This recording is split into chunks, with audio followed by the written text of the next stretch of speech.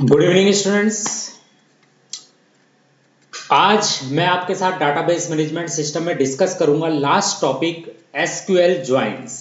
आज हमारा database management system finish होने जा रहा है और आज हम डिस्कस करेंगे आपके साथ last lecture of database management system SQL joins. In the previous lecture I have discussed about the having clause and before that I have discussed about the group by clause और before that I have discussed order by clause। तीनों lectures मैंने आपके साथ discuss किए थे, अच्छे से मैंने आपको कॉन्सेप्ट आपके साथ डिस्कस किया था और आपको बताया था कि किस तरीके से इनको हम परफॉर्म करते हैं। आई होप आपको समझ में भी आए होंगे। तो आज का लेक्चर है हमारा SQL joins. An SQL join clause is used to combine the row from two और more table.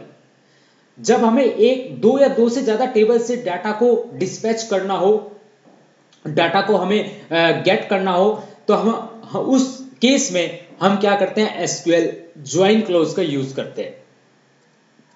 SQL join clause is used to combine the rows from two और more tables based on a common field between them. दोनों based on a common field, मतलब दोनों के बीच में दो, या अगर मान लीजिए हमारे पास दो टेबल है और दो टेबल में से हमें डेटा को क्या करना है, हमें गेट करना है, तो हम जो डेटा को गेट करेंगे उसके लिए हम ज्वाइंस का यूज करेंगे। और लेकिन कंडीशन ये होगी कि दोनों टेबल में एक कॉमन फील्ड होगी दोनों के बीच में। While quarrying for a join more than one table is considered in from close.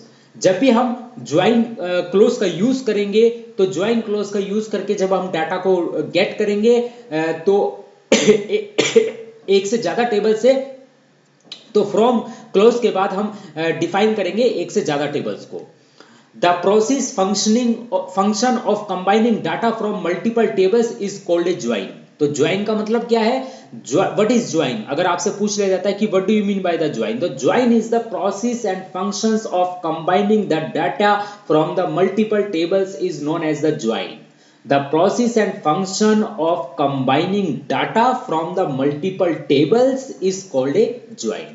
SQL can extract data from two or even more than two related tables by performing either a physical or virtual join on the tables using the where clause। where clause का use करके SQL जो है extract करता है data को दो या दो से ज्यादा टेबल से by performing either a physical or virtual join on the tables by using the where clause। तो SQL join कितने टाइप के होते हैं? सबसे पहले कार्टेशियन प्रोडक्ट, जिसको हम क्रॉस प्रोडक्ट भी बोलते हैं। इसके बाद equi join, self join, non equi join, natural join. लेकिन हम डिस्कस करेंगे जो आपके सिलेबस के अकॉर्डिंग, जो आपके सिलेबस में है वो सिर्फ दो ही ज्वाइन है। एक है कार्टेशियन ज्वाइन जिसको हम क्रॉस प्रोडक्ट बोलते हैं, और एक है इक्वी ज्वाइन जिसके बारे में हम डिस्कस करेंगे। तो basically join is nothing, it is the process and function of combining data from two और more than two tables is known as the join. Clear है? तो when we get the data from two or more than two tables, then a common field must be a common field a field must be common between them। a field or attribute must be common between them when we get the data from multiple table from more than two tables or more than two tables। when we get the data, then a common attribute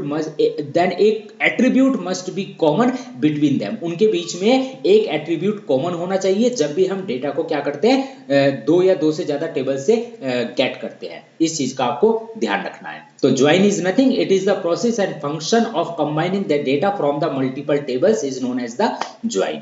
और join की दूसरी condition ये है कि from close के बाद जैसे हम लिखते हैं सेलेक्ट स्टार फ्रॉम, और फ्रॉम के बाद हम टेबल का नाम लिखते हैं। तो जब हम ज्वाइन करेंगे दो टेबल को, सपोज हम ज्वाइन कर रहे हैं, तो फ्रॉम के बाद हम उन दोनों टेबल का नाम मेंशन करेंगे। क्लियर हो गया?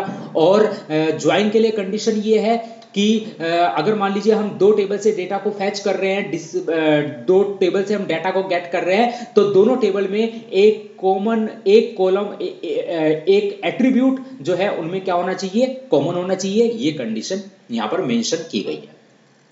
ठीक है। अब बात करेंगे कि ज्वाइंस कितने टाइप के होते हैं। तो डियर स्टूडेंट्स, ज्वाइंस पहला टाइप है कार्टेशियन प्रोडक्ट, जिसको हम क्रॉस प्रोडक्ट भी बोलते हैं। उसके बाद है आपका इक्वी ज्वाइन। तो सबसे पहले बात करते हैं कार्टेशियन प्रोडक्ट की। ठीक है, Cartesian product, right. Now the Cartesian product is also term as the cross product और क्रॉस ज्वाइन।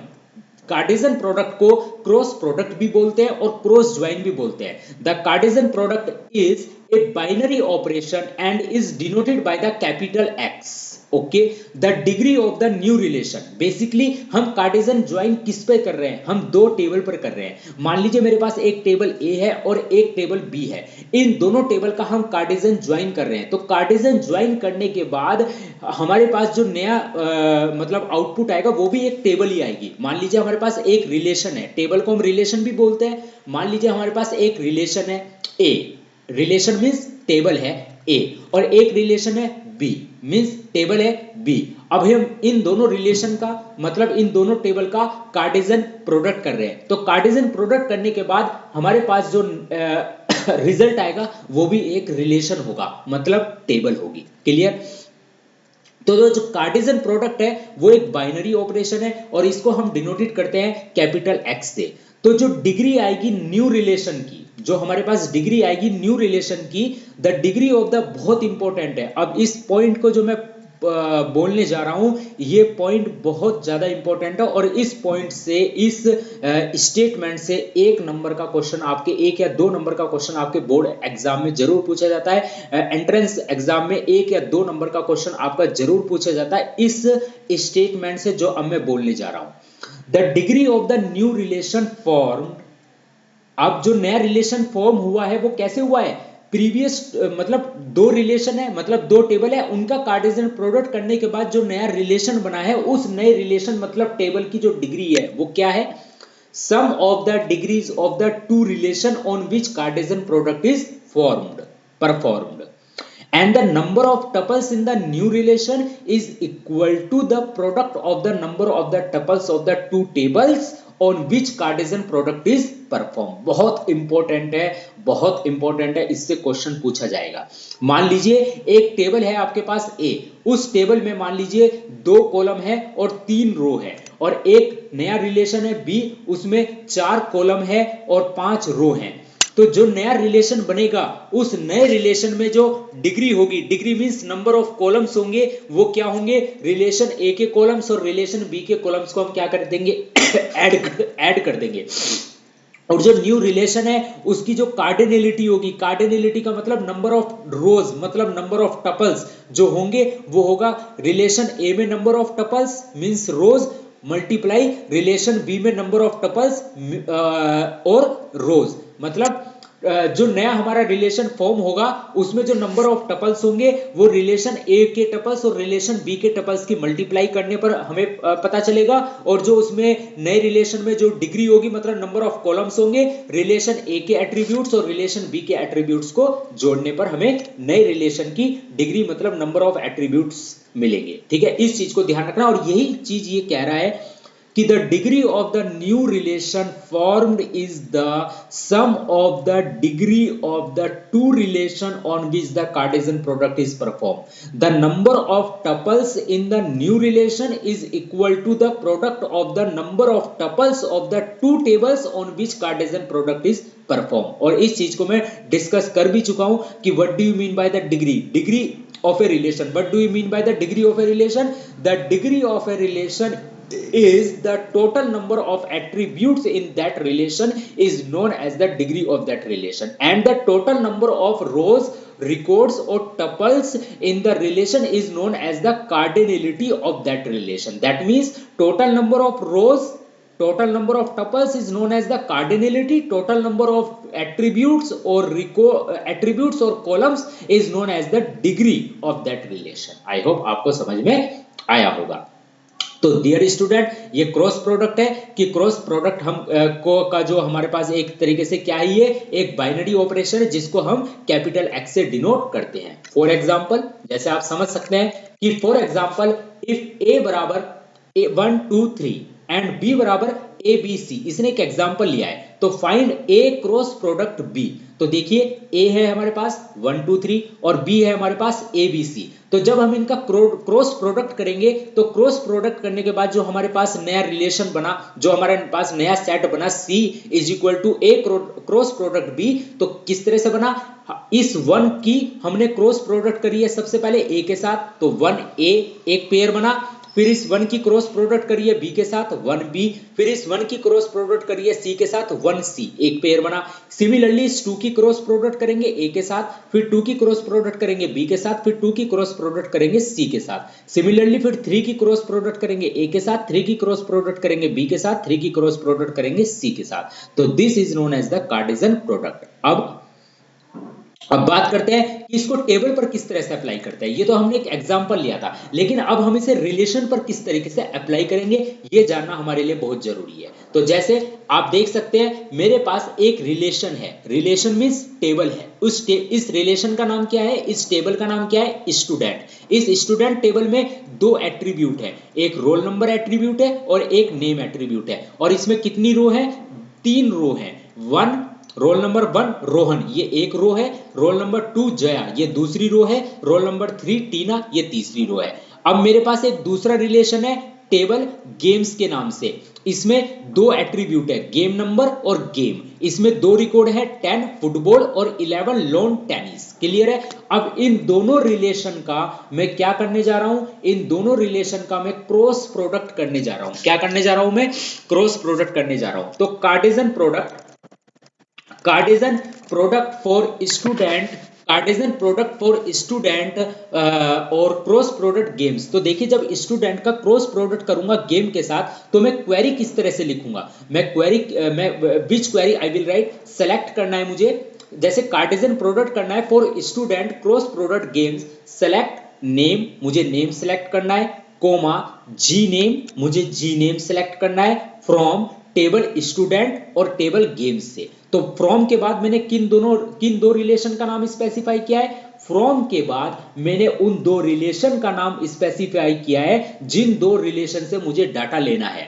मुझे जो नेम है वो किस रिलेशन से है, स्टूडेंट वाली टेबल से मुझे नेम वाले एट्रीब्यूट को नेम वाले एट्रीब्यूट का डाटा लेना है, और जो जी नेम है वो मुझे कहां से लेना है, गेम्स वाली टेबल है वहां से मुझे जी नेम लेना है। तो मैंने क्या लिखा, select name comma G name from के बाद मुझे दोनों टेबल का नाम स्पेसिफाई करना है। तो फ्रॉम के बाद मैंने लिखा स्टूडेंट कोमा गेम्स। तो ध्यान रखिएगा कि जब भी आप कार्टेशियन प्रोडक्ट करेंगे तो कार्टेशियन प्रोडक्ट में आपको फ्रॉम क्लॉज के बाद दोनों टेबल के नेम को मेंशन करना है, इस चीज को आपको ध्यान रखना है। फ्रॉम के बाद आपको दोनों टेबल के नेम को मेंशन करना है। यहां पर अभी कोई भी कंडीशन नहीं लगाई गई है, सिर्फ कार्टेशियन प्रोडक्ट हो रहा है, कोई भी कंडीशन इसमें नहीं लगी है।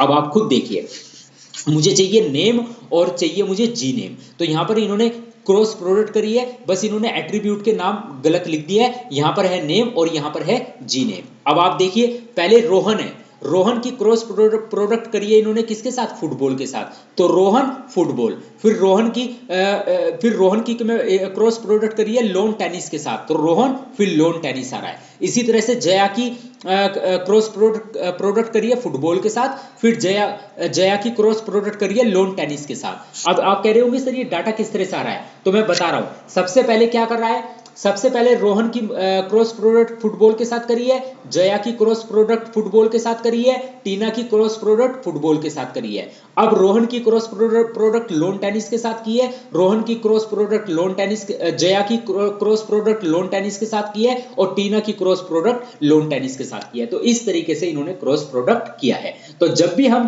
क्रॉस प्रोडक्ट करते हैं तो क्रॉस प्रोडक्ट में हम ध्यान रखते हैं कि फ्रॉम के बाद हम दोनों टेबल के नेम को मेंशन करते हैं, उन 2 रिलेशन के नेम को मेंशन करते हैं जिनसे हमें डाटा को क्या करना है, गेट करना है। ठीक है, तो देखिए जिस तरह से इन्होंने दे भी रखा है कि therefore a Cartesian product is formed when no join condition exist or are invalid। When we perform Cartesian product between two tables, जब हम कार्टेशियन प्रोडक्ट दो टेबल के बीच में परफॉर्म करते हैं तो all the rows in the first table are joined to all the rows in the second table using Cartesian product operation result in a large number of row as the output, so it is seldom used. Clear हो गया? तो जैसे आप देख सकते हैं कि जो हमारा नया रिलेशन बना है उस नए रिलेशन में कितनी रो है। पहले रिलेशन देखिए स्टूडेंट रिलेशन में कितनी रो है, 3 रो है। दूसरा रिलेशन है गेम्स रिलेशन, इसमें कितनी रो है, 2 रो है। तो जब इनकी कार्टेशियन प्रोडक्ट बनी, हमने जब कार्टेशियन प्रोडक्ट करा इन दोनों रिलेशन का, तो जो नया रिलेशन हमारा बना है स्टूडेंट और क्रॉस प्रोडक्ट गेम्स, हमारा जो न्यू रिलेशन बना है उसमें कितनी रो है, 3 × 2 = 6। आप देख सकते हैं उसमें 6 रो है। तो इन्होंने यही बोला है कि when we perform Cartesian product between the two tables, जब हम कार्टेशियन प्रोडक्ट दो टेबल के बीच में परफॉर्म करते हैं तो all the rows in the first table, all the rows in the first table, जैसे ये देख सकते हैं फर्स्ट टेबल में जो रो है ये सारी की सारी ज्वाइन होती है किससे, to all the rows in the second table. That means when we perform the Cartesian product between the two tables, then all the rows in the first table are joined to all the rows in the second table using Cartesian product operation result in a large number of rows as the output, जैसे कि आप यहां पर देख सकते हैं। ठीक है, तो डियर स्टूडेंट आई थिंक ये चीज आपको समझ में जरूर आ रही होगी। ठीक है, अब हम, और अगर मैं आपको एक बात बताना चाहता हूं, जब भी अगर आपको कोई चीज मेरी समझ में नहीं आती है तो कम से कम आप मेरा जब लेक्चर देखते हैं तो मुझे कमेंट करके तो बताएं कि सर हमें ये चीज समझ में नहीं आई। मुझे कैसे पता लगेगा कि मैं जो पढ़ा रहा हूं उसमें आपको कितना समझ में आ रहा है। तो अगर आपको कोई चीज समझ में नहीं आती है तो आप मुझे कमेंट करके बताइएगा, मैं कमेंट के थ्रू भी उसका आपको बता सकता हूं, और मैं दूसरा फिर नई वीडियो में भी मैं उस आपके डाउट्स को क्लियर कर सकता हूं सभी स्टूडेंट्स के लिए। लेकिन मुझे कमेंट में आप जरूर बताइए कि आपको मेरा लेक्चर कैसा लगता है, कि आपको मेरा लेक्चर कितना समझ में आया, क्या कितना आपको मतलब कौन सा आपको स्टेटमेंट या कौन सा टॉपिक में आपको प्रॉब्लम आई, ये आप मुझे कमेंट करके जरूर बताइएगा, जिससे कि मुझे अपने बारे में पता चलता रहे। ठीक है, चलिए अब अगला हम डिस्कस करेंगे इक्वी ज्वाइन। क्या है इक्वी ज्वाइन? अब है इक्वी ज्वाइन। तो an equi join is a simple SQL join condition. An equi-join is a simple SQL join condition that uses the equal to as a comparison operator for defining a relationship between the two tables on the basis of a common field. That means equi-join क्या करता है कि equi-join basically equi join जो है basically comparison operator equal to का use करता है दो रिलेशन के बीच में डेटा को कंपैरिजन करने के लिए। ठीक है, लेकिन on the basis of A common field, इस चीज को आपको ध्यान रखना है। तो सिंटैक्स देख लेते हैं। जैसे सेलेक्ट, हम क्या लिखेंगे, सेलेक्ट। अब मान लीजिए मेरे पास दो रिलेशन है, उन दोनों रिलेशन में एक कॉमन फील्ड भी है। ठीक है, क्योंकि इक्वी ज्वाइन हम तभी ऑपरेट करेंगे जब दोनों के दोनों रिलेशन में एक कॉमन फील्ड होगी। एक कॉमन फील्ड, दोनों रिलेशन के बीच में एक कॉमन फील्ड जरूर होनी चाहिए। ठीक है, ये इक्वी ज्वाइन की कंडीशन है। अब हम जब इक्वी ज्वाइन ऑपरेट करेंगे तो दैट मींस हम क्या कर रहे हैं, हमें दोनों रिलेशन से डेटा चाहिए। तो मैंने लिखा select column 1 comma column 2 comma column 3 dash dash dash.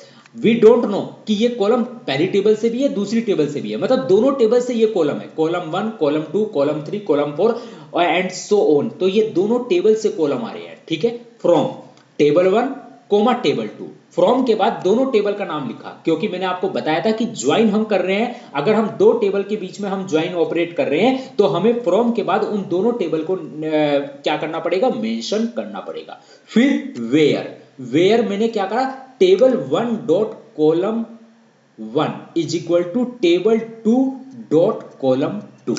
ये वेयर के बाद ये कंडीशन है। ये जो मैं इक्वल टू ऑपरेटर यूज कर रहा हूं ये कंपैरिजन ऑपरेटर है।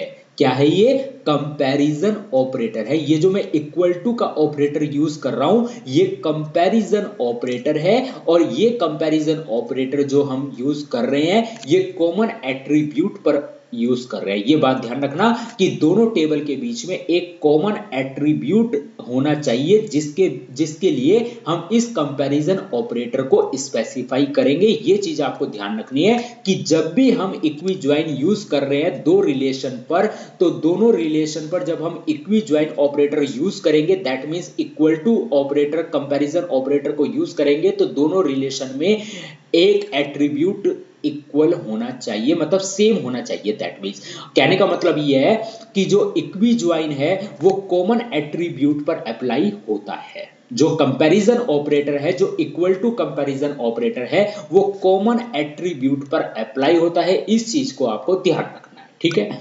अब आगे देखिए, राइट, फॉर एग्जाम्पल मेरे पास एक टेबल है, इस टेबल का नाम है स्टूडेंट। इस टेबल में एक रोल नंबर वाला एट्रीब्यूट है और एक नेम वाला एट्रीब्यूट है। इस टेबल में 4 रिकॉर्ड है, मतलब 4 रो है। सिमिलरली मेरे पास एक टेबल है, उस टेबल का नाम है फीस। इस टेबल में एक एट्रीब्यूट रोल नंबर है, एक एट्रीब्यूट फी है। इस टेबल में 3 रिकॉर्ड है। अब आप देख सकते हैं कि दोनों टेबल में एक एट्रीब्यूट कॉमन है, उस एट्रीब्यूट का नाम है roll number. Roll number attribute इन दोनों में कॉमन है। अब मुझे क्या करना है मुझे आउटपुट लेना है।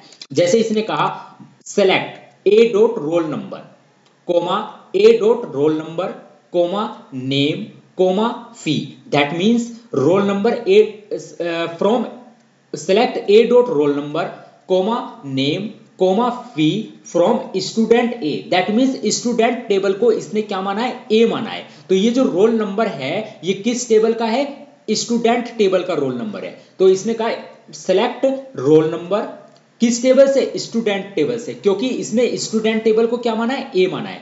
नेम किस टेबल से, स्टूडेंट टेबल से। और फीस किस टेबल से, फीस वाले रिलेशन से हम फी वाले एट्रीब्यूट को ले रहे हैं।